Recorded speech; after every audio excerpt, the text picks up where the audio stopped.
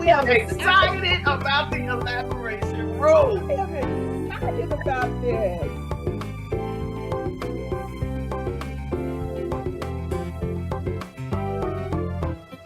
Welcome to the Elaboration Room with Reverend Yo and Reverend Harris. Thank you for joining us this day with two sisters of one in the Elaboration Room, me and Reverend T. All right. Didn't know what she was going to call me today. Me and Reverend Agent are coming to you today once again. And today we're going to discuss what is family. That is going to be our topic today as we dive in to just give you a little bit of what we think family is. And family is not always blood. Family is not always who you think it is.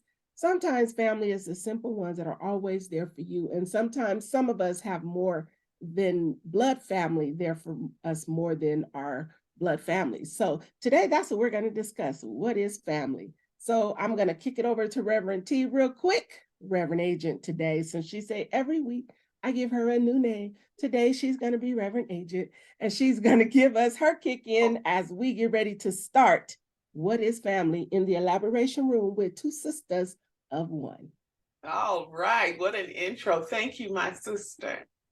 You are my family. Well, I just want to start with, we were not created to be in isolation. For our mental and emotional well-being, we need a village of support. Am I right? And family should be a place that is meeting us, fulfilling this. Yes? That is true. I mean, if we look at Adam, God didn't leave Adam all alone. God looked and said, he needs someone else along with him. So God created Eve and poof, a family. A family doesn't always have children in it. A family can just be you and your spouse, your significant other. As my sister said, family can be blood or not blood. It's where you are being fed in a supportive way. So what do you think, sis?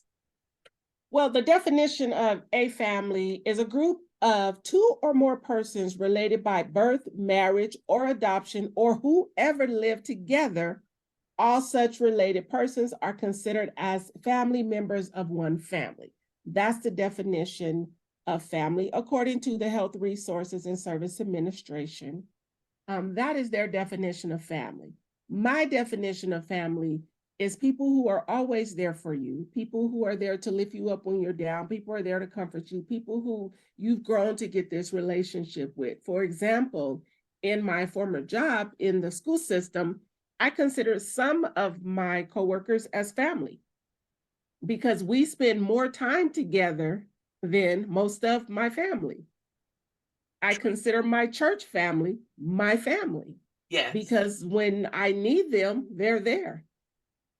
So when I look at the definition of family, family is someone that is dependable to you, there for you when you need them, can support you, encourage you, and lift you up. Yes, we're all related by a family connection of down the line generations, but when you think about the beginning of it, we're all family. This is true. We are all family. We may not be in the same kinship from generation to generation to generation, but when you think of the beginning of it, we're all family. That is true. No matter race, color, or creed, we're all family. When you look at it though, biblically, it does constitute union or adoption. It's blood, it's flesh of flesh. But as time has gone by, as you said, you build up these connections with people and you have like interests. You know, you have things in common and they support you and you feel good in their presence. So we label them family. I mean, how many of us have cousins, you know, aunties and uncles, and They may not be blood, but they're family. Yeah. I can Because remember asking my mother about it. I'm like, okay, whose sister is she? Or is she married to a brother? Or how? And it was just good friendship. Mhm. That became the lifeline that connected us as family. Mhm. Because for me, I grew up in North Fontana, and in North Fontana, it was a place called the Tracks. And in the Tracks, we all were considered family because we were all from the same neighborhood. We spent all of our time together. We went to school together. Some of us, went to church together, one church and another church, but we all were always together as a family. So when my family has funerals, everybody comes because they're considered family. I will use, for example, my aunt just got married. And, as people were coming in, they were like, well, which side is the bride? Which side are the groom? I said, technically, there is no side because as of now, we are family. So just pick a side and have a seat because now we are family. We're related. We're not blood related, but now we are related because now, the two have joined together as one. So we look at that as family. Us, for example, the 5 years we spent together before we even knew each other, we came into BOE on the first day. That's Board of Examiners. Yes, that's Board. I'm sorry, y'all don't know our slang and our acronyms. That's Board of Examiners. Day one of Board of Examiners, we walked in. We didn't consider ourselves family because we technically didn't know each other yet. But by the end of that first year, we was related. That's right. Especially when That's it came right. to the late night threw studies. The fire together. Yeah. So we became family. Mm-hmm. So, when you can find that support, that love, that caring, that security, that sense of belonging, and you are able to communicate together, and everyone has a sense of importance and respect, Mm-hmm. you like instantly bond as family. Mm-hmm. And as you were saying, your coworkers, different spaces, you have like different little pockets of family in different spaces. Mm-hmm. And it's same as that sisterhood. Like I consider us family. We're sisters, point blank, period. We share the same blood of Jesus Christ. We're sisters. That's right. So that's the way I look at it. And we can use our friend Michael who passed away recently. When I heard the news, that was like I lost my brother because he was family to me.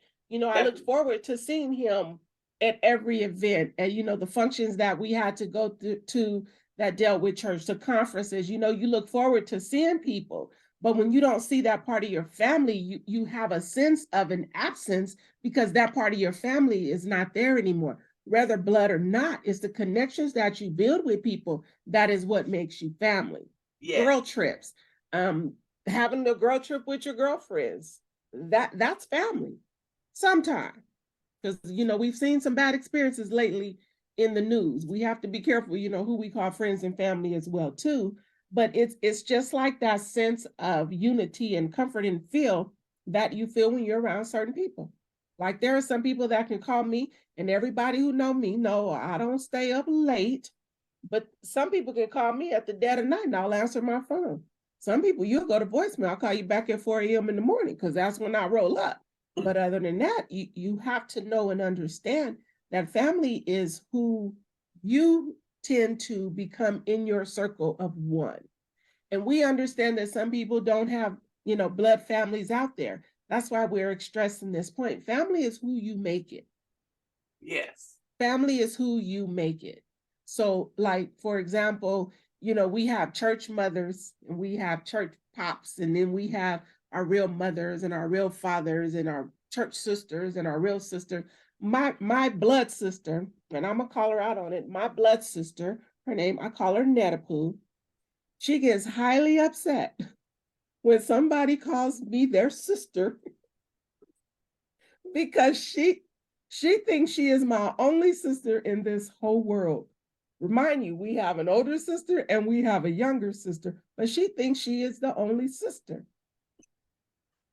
And I tell her, sisters are not just blood. Sisters are people who that you can depend on in some of your roughest times. Period, point blank. And that's, what you're saying, someone that you can depend on. When we think about God In Ephesians, it talks about God's household and being members of God's household. And when you think about a household, well, usually that's a family in a household. And that God's plan is for all of us to be able to depend on each other in the way that we're living, in the way that we're treating each other. We are to be one family under God. Mm-hmm. But we can't get there for some reason. We know the reason. But that should be our path on our journey. That family is important in God's plan. Mm-hmm. Because when we're talking about families, we're talking about step families and single families and married families, because families can be, just in all ways and forms, because I am a step parent as well. And I don't call my stepchildren, they're my daughters, because we are family, point blank, period. And I have sons. I would go hard for them just like I would my own. You cross them, basically, you just cross me. I didn't give birth to them, but they are my family, period, point blank. So yes, they married into this, and that's a point of family. But we also know that some marriages don't last. But even though some marriages don't last, some either or parents still considers those individuals as their family. Oh, don't say that, because I'm telling you, it happens. True. I'm telling you, it happens, because that is so true. It just is. My sister, my mom, we all still consider family from previous relationships or previous marriages. That's still family, period, point blank. And let me tell you how this even works. It runs in our family. I have two sisters that we are so close. We each have different mothers, same father. And we talk probably on an average, well, we talk quite often weekly. One lives in Chicago, one lives here way, way far away. And I have to say way, way far away, because she watches this. She's going to say, you don't even come out here. But anyway, so we are so close. And the sister who lives here in California, well, both of them call my mother mama. They both call my mother mama. And I grew up with them, and we have another sister who passed, but we were all close, and we are all close, even now, Because we're family. Because we are family. We are simply, my baby sister is my dad's daughter, not my mom. She's my dad's daughter, but I call her my mom. I do. Yeah. Hey, what's up, Mom? Because it's the point of the connection that was made, and from that became a sibling to me, and I consider her as mom. When my brother mom was alive, Ma Renee, may she rest in peace. Even I would call her Mama Renee, because that was my brother's support. It's where you find my brother's mom. Yeah, that was my brother's mom. So when we're talking about family, we can dictate the definition and what some may consider and what some may not. But everybody has their definition of family, because some families, some people are closer to their church families and their work families and their extended families more than they are their own immediate family or their family circle in general. And their kinship in the line. I don't understand that. I don't understand families who don't see each other, who don't connect with each other, who can't talk to each other. I don't want to be with each other. Well, some families are kind of difficult. And some you only see at funerals or weddings. Some live in different states, so they don't get together as much. And then you have to realize in some families, the one strong bond that kept the family together may no longer be here. So the one that would make sure the family bond stayed together, made sure you was at the holidays, made sure you was at the picnics, made sure you had the family days, the family reunions, et cetera, those are no longer here in some families. So once sometimes that head art dies of that family no longer comes together, because you'll hear people say sometimes she or he was the one that kept the family together. He And or that she is was the so glue. sad. But that's just how it is in some families. And I'm gonna be honest, I don't see my family all the time. I see my family at weddings and funerals. I do. And you Yep. know what? And I And we am live in different so states. into family gatherings. I am so into family getting together. And so I will, and we will, I won't, we will invite family over for a meal or whatever. And I can say, sometimes we're sitting here and say, did anybody invite us over, or what we gonna do now? I think we have become so busy. That is true. I think we as a people have become so busy. Now, would I say it is true of everyone? No, I'm not making a blanket statement, because I have even observed certain cultures that are together all the time. Family is at the hierarchy of their thinking, but I've observed a few cultures where we have become so involved in our own that we are losing touch with each other.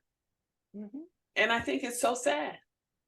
But I think what's been happening over the centuries, as the family on TV, I think it was, what was that show? The Cleavers, I can't remember. You said the Cleavers? Let's leave it to Beaver. One of those shows, growing up, you always seen the family as a mother in a house and kids, a mother and a father in the home and kids, etc., because it was always portrayed. But when you step into reality, that's not how it's always portrayed. There's always somebody that came in to make sure people were cared for. Like, in my example, granny was there, in some people's families, aunties was there. It's the sense of how you were brought up, what is considered family, because even growing up, the same circle of family that I'm with now is the main circle of family I know. For example, I don't know all of my dad's family. Now I can hop on the bus, the train, the plane, because I ain't taking either one of those but a plane. I can hop on a plane and go to Louisiana and I'll meet a whole new slew of family members, because I only know the little piece of them that have been introduced to me in my life.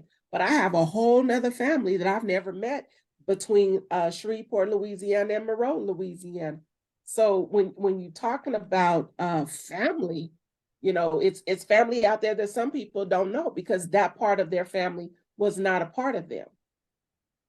You only know the family that is around you and the family that has always been introduced to you. So either that's your mother's family or your father's family. But then if your parents were not together, you didn't always get to know everybody from this point to that point to that point, because there's always cousins. It was the movie Poetic Justice was one of my favorite movies. When they went to the barbecue and just they said, "Hey, cousin." Yeah, they just showed up at the family barbecue. Hey, cousin. Because trying to get my husband to do that when we see a barbecue. That's how it is sometimes. Because some people will accept you into your family more than your own family will accept you into the family, and you're their family. So it's a thin line when we're talking about family and connections of family. Yes, we all have a generational line of family. Yes, we do. Yes, we all came from that generational line, but sometimes in our life at this point, that generational line is like, okay, now this is more of the family that I spend time with. This is more of the family that I travel with. This is more of the family I do this with or that with. Or when I have my Sunday dinners, this is the family that comes for Sunday dinner. Because I'm not going to even lie to you. Everybody in my group, they can't roll up in here. You cannot come in here if I gotta hold my purse and watch my belongings. It just don't Woo. happen that way. I'm sorry, Okay. it just does not. Okay. So we have to have that definition of, yes, we are family, but there are also guidelines to some families. It just is. So Well, there are I some understand in boundaries. order for a family to work, yes, there's you should have certain boundaries Mm-hmm. within that family, but you should be able to communicate with your family and be in each other's presence. Now, what you just brought up, I hadn't thought about that.